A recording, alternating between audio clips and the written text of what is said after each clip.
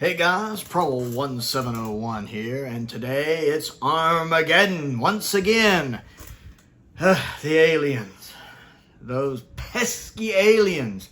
Well, they're back, and as most of you have probably noticed by all the debris and the laser beams and the dying, the aliens are mad. They're bombing us into the Stone Age. You're having to get down to your bunker because by this point, as many times as the aliens have showed up, I'm pretty sure bunker is like mandatory in a house. Matter of fact, some of us these days, we probably can't afford to own a house, so we just have a bunker. Which in that case, I guess all the stuff would already be in the bunker, kind of making the video a moot point. But let's just roll with it. Obviously, the aliens are angry with us. Let me tell you what happened. What it was apparently there's one American out there who'd already moved all of his Doctor Who stuff into the bunker a couple years ago. He's been watching these videos. So he already had everything down there. The aliens found out about it, and they got mad that we wanted to keep some of our Doctor Who. So all because of that one American who already moved everything down to the bunker, you know who you are. The aliens that's why the aliens are invading, that's why they're blowing up the planet, it's all War of the Worlds and all that fun stuff. Can't possibly be because of my negotiating skills. We all know at this point my negotiating skills are impeccable and amazing, and that's why the aliens probably have all of the Doctor Who episodes by now, and totally not my fault. Excellent negotiator. Definitely that one American's fault. Per usual, let's blame the Americans for it. I mean, I am an American, but let's just ignore the logic of that. So, if you could, moving into the scenario, if you remove everything down to the bunker, you know, your water, your food, your kids, your wife, if you want, I guess.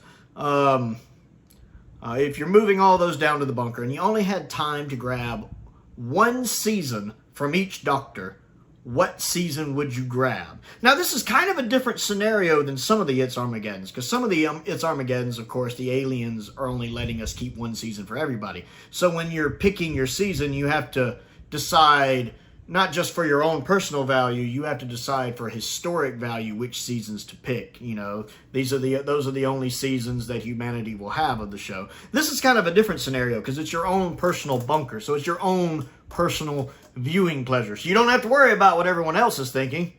That's their own problem.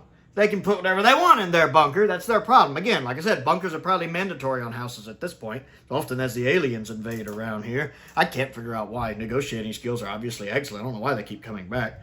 But this is more a personal enjoyment. Something you're going to be locked down in that bunker for who knows how long. Again, I'm an American, and considering the effectiveness of our government, I'm probably going to be down there a while. Now, if I was in a bunker in another country, say the Ukraine, Lebanon, something like that, hey, I'm sure the American government would have me out of that bunker within a week or two. But since I'm actually an American, I'll probably be down there a while, because that's how the American government works around here in the 2020s. So, what stories would you pick and why? Now, you're also thinking, Prowl, if the aliens took all of the seasons already, and the reason they're bombing us is because only the one guy kept all of his, shouldn't we not have any left to take down to the bunker? Let's not worry about the logic of the scenario here. Let's just ignore the logic of the scenario and roll with it, okay? And Lord knows if my government can ignore the logic of anything and roll with it, why can't we? So, the seasons I would pick, and again, for my own personal enjoyment, I'm going to, I don't have kids, I'm not married. It's just going to be me in the bunker.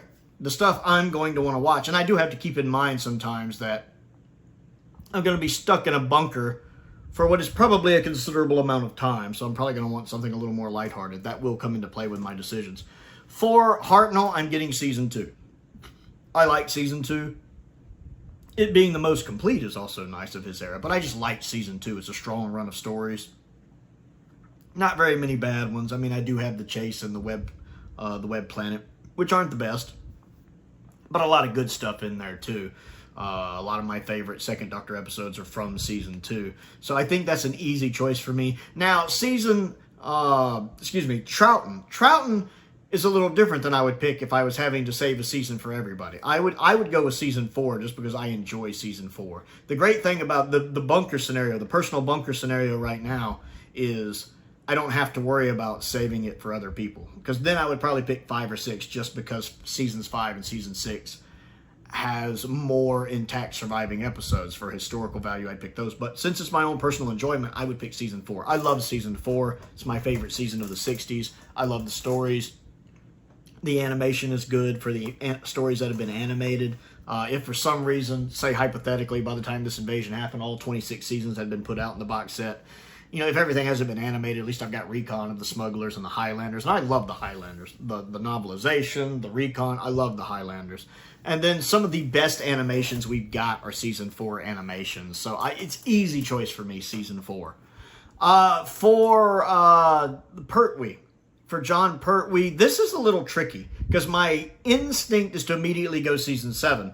Because I more than anything, I would want Spearhead and Inferno. You guys know I love Inferno, and I very much enjoy Spearhead, while also liking Ambassadors of Death and Silurians. But I have a feeling if I'm trapped in the bunker, I feel like this is going to affect my choice. Because I'm not going to want something as dark and serious as Season 7. I think I'd actually go Season 8, which is interesting, because Season 8 is one of my least favorite Pertwee seasons, while still being a strong season. All 5 of Pertwee's seasons are very good, all of them. Even though Season 8 is one of my least favorites, if possibly even my least favorite. But I like the stories in it. It's a good plethora of stories. It has a very family feel to it. It's very much the unit season and a nice variety of stories. I like Terror of the Autons. I like The Mind of Evil. I enjoy Claws of Axos. Even if it's one of the weakest Pertwees for me, I still enjoy it. I like Colony in Space, and I do enjoy the Daemons. So while part of me is tempted to say 7, 10, or 11 over it, because I do prefer Season 7, Season 10, and Season 11 over Season 8, I think in that situation, I'd probably pick Season 8. There's no bad stories in it. Pertwee doesn't have a bad story. But I feel like Season 8, despite being possibly my least favorite Pertwee season, I think it would be good in that scenario. Same thing with Tom Baker. Immediately, my first choices, you know, in my mind, my knee-jerk reaction is Season 13. Possibly Season 12, but Season 13, because Season 13 is just probably the best season Doctor Who's ever put out. But again, that gothic horror grim season might not be a good idea for being trapped in the bunker. It's some great Doctor Who viewing, but I don't know if it's perfect for me in the bunker. Again, I also think Season 12, but not sure if it's perfect for me in that situation. Maybe 17, actually. I'd probably either go 12 or 17. Like, I could see me going 12, because at least I'd have Genesis and Ark in Space. Maybe 12, but 17 is fun. Season 17 is a fun season. It just has this enjoyable feel to it. It's happy viewing for me. Season 17 is a comfort season for me. All the stories to one degree or another. Like, Nightmare of Eden is probably my least favorite, but it's perfectly enjoyable. You guys know I like most of Creature from the Pit, even if it kind of trails off at the end. Love City of Death, of course, and I would definitely enjoy having City of Death to watch. And you guys know I find Destiny of the Daleks very rewatchable. Very rewatchable. I don't know why. It just has a really strong rewatchability to me. So does Horns of Nimon. And Horns of Nimon is the kind of story I would need being trapped in the bunker all the time. Something to cheer me up, make me laugh, keep a smile on my face. I would enjoy Horns of Nimon for that. I would still be laughing out loud in the bunker. And then, of course, Shada. And I like Shada. So I think, while Season 17 is certainly not my favorite Tom Baker season, I like all of Tom Baker's seasons, and I think Season 17 would be the perfect for me in that situation of being stuck in the bunker for an unknown amount of time. For the 5th Doctor, Season 20. I love Season 20. It's my favorite 5th Doctor season. It's the most consistently good. It might not reach some of the highs of 19 and 21, but it certainly doesn't have the lows of 19 and 21. Every story in Season 20, and I do include the 5 Doctors with that, because it is on the box set, so I count the 5 Doctors as part of Season 20, and it's coming with me, because I'm grabbing the box set.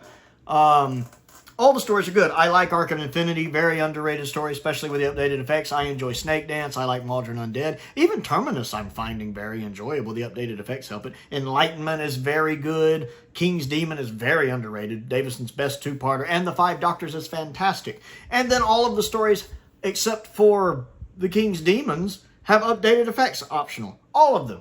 All of the others. And Five Doctors and Enlightenment actually have 2 different versions of updated effects. So I have several different versions of those stories I could watch as well. If I get bored watching one version, I can watch another version of it. So I get a lot of replay value off Season 20, which I really like. The Sixth Doctor at Season 22. No contest, Season 22. Not only am I getting almost twice as many stories, I'm getting better stories. I love Season 22. Very underrated season. A lot better than Season 23, which I consider to be the weakest season of classic Doctor Who. Just much better stories in Season 22. Easy choice. Easiest one to make on this list. For Sylvester McCoy, Season 26. I can understand people going 25. Remembrance of the Daleks is great. However, Season 26, all the stories are some level of good. Survival is just kind of okay good. It gets a little more credit just because it's the final story, let's be honest. Battlefield is good. The incidental music, not so good. But the rest of it's very good. And then, of course, Ghostlight is a classic to me. I don't know how much I would enjoy watching Ghostlight in the bunker thinking on it. But hopefully I'd watch it every now and then. And then Curse of Fenric is good. Then again, will I be happy watching Curse of Fenric in the bunker? Maybe I should go 25. I'd still probably go 26, but now that I'm thinking on it, maybe 25. For the 8th Doctor, the TV movie, of course, I think that's the best choice for the 8th Doctor. Moving into modern Doctor Who with Eccleston, of course, it's just Series 1. With Tennant, if we're doing it again by season, you guys know it's Series 3 for me. Series 3 is my favorite modern Who series. I absolutely love the Doctor with Martha a lot. They're very, very good, and I think Series 3 has no bad episodes. The finale is a little weaker than the rest of the season, to be fair, but I still think it's a strong season. I feel like for the 11th Doctor, Series 5, I tend to like Series 5 as well. Part of me's tempted to go 7 just because I love Series 7B. I do love Series 7B a lot, especially if you're going to roll Day of the Doctor in with that, which I don't think we would because they do come on separate stuff in the Steelbook. Since they are separate, those probably would be counted separate. But I still think I'd go with Series 5. Part of me would want the 50th anniversary stuff, but Series 5 is the 11th Doctor's, I think, consistently his best. It's a pretty strong season, and I like Matt's version of the 11th Doctor in that series as well. Capaldi! That's really hard between Series 10 and Series 8. I would probably say Series 8, even though I know I will never watch Kill the Moon or The Caretaker. Ever. I mean, Series 10 is also a mixed bag, and I do prefer the Series 10 version of Capaldi. Series 10 Capaldi is my favorite version of the 12th Doctor. He's just so good there, and there's definitely some strong episodes. But Series 8 just has so many I like, despite having some of the worst, including the worst episode of Doctor Who of all time with Kill the Moon. But I really like Deep Breath. Into the Dalek is okay. Not a big fan, but it's all right. I do like Robots of Sherwood. Listen sucks. Time Heist is good. Caretaker sucks. Kill the Moon sucks. But then I also have Mummy on the Orient Express and Flatline, which are phenomenal. And then you have the two-parter, which is underwhelming, and I'm very much rethinking maybe I should do Series 10 now that I've listed these out.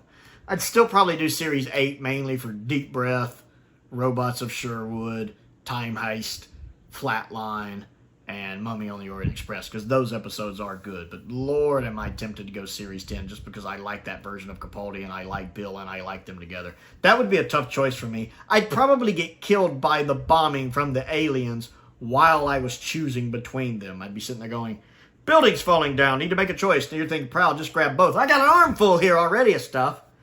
To be fair, I probably would just grab all the Tom Baker seasons and ignore most of New Who, but that doesn't fit with the narrative of the video, so I don't have any of Modern Who after Series 5, but I've got all of Tom Baker. I'm having fun with this today. The Jodie Whittaker Series 12, because I like Series 12. I think Series 11 and Flux are the two weakest seasons, series, whatever, in all of Doctor Who. They are the worst Doctor Who series seasons ever made, in my opinion. Flux, again, it's not completely their fault. They did have to work around COVID, and having to work around all of that, I'm sure, hurt the production, which we know was originally supposed to be more episodes. So I'll give them a little credit for that, but the end result is still not very good. But Series 12 I like, finale aside. I've talked about that before. I don't really care for the Timeless Children finale. But most of that series is pretty strong for me. I actually enjoy a lot of those episodes a lot. So easily Series 12, which I don't actually own a physical copy of Series 12. Feel free to send me, if anyone wants to send me a copy of Series 12. Though to be fair, if I'm not willing to spend my money on it, it's certainly fair if you're not willing to spend your money on it for me. I'm having fun today, so I don't blame anyone not sending it. Because I didn't spend the money on it. I bought Flux just because I like the Steelbook. I wish I'd gotten the Series 12 Steelbook, to be fair. And then, I guess it would be Season 1 right now, because that's the only one he's put out. And I like at least half of that season. Several episodes in Season 1 were good, so I would pick it. So I want to know, what do you think? Comment down below and let's talk about it. Don't forget to click the like button and the subscribe button as well. I also have a Patreon if you would like to support me on that. There is a link to that down in the description below. I want to give a shout out to Colin Coney and Sam Venning, two of my top tier patrons. I appreciate their support, as I do the support of all of my patrons and YouTube members. Most importantly, thank you for watching.